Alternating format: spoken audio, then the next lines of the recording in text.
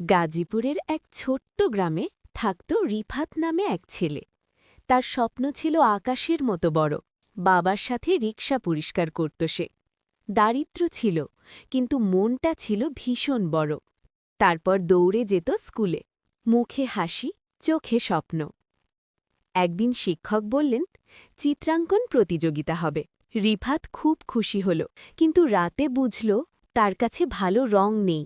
মা তার কষ্ট বুঝলেন, নিজের কাছে থাকা সামান্য টাকা ছেলের হাতে তুলে দিলেন। সেই টাকা নিয়ে বাজারে গেল রিফাত, কম দামে পুরনো রং কিনে নিল। প্রতিযোগিতার দিন সবাই দামি জিনিস নিয়ে এসেছে, আর রিফাত একা। কিন্তু সে থামেনি, সে আঁকতে শুরু করল তার স্বপ্নের বাংলাদেশ। কিছু ছেলে তাকে নিয়ে হাসাহাসি করছিল, তবু সে নিজের কাজে মন দিল।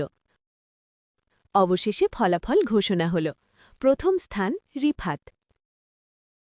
চোখে পানি নিয়ে মঞ্চে উঠল সে, এই প্রথম তার স্বপ্ন জিতল।